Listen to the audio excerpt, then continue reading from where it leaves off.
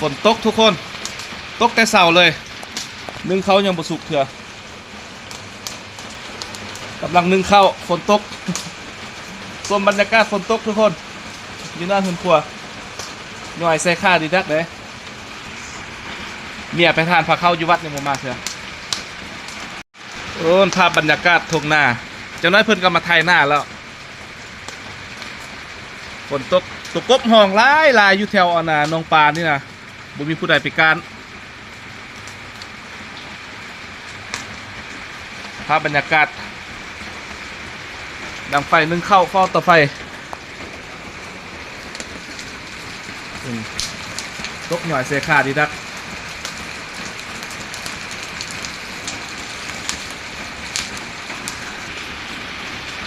ให้เข้ากำลังที่สุก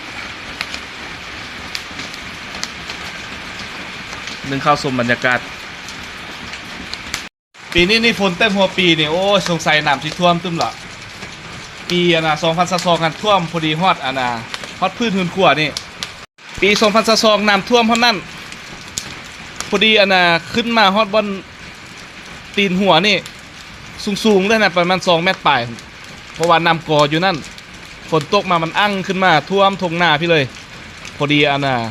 น้ำขึ้นมาฮอดเพียงนี่เพียงพื้นดินสิมังนี่คัดฝนเติมนี่โอ้ยท่วมเมื่อแน่นอนเหมือนนั้นปีนี้ก็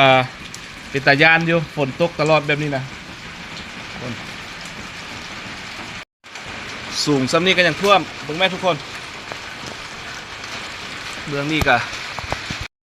จะลงกันเนาะตันบรรยากาศเบิดขนาดนี้ลงนะปิ้ว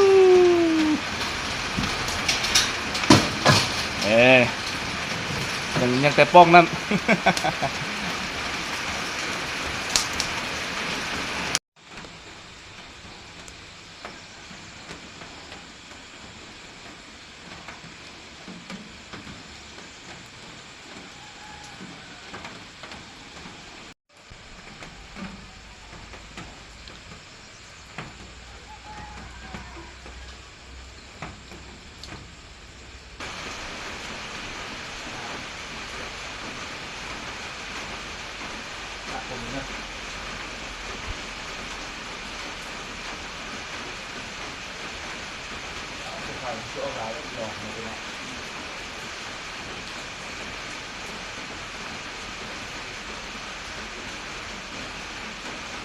ไม่ต้องคิดเยอะหรอก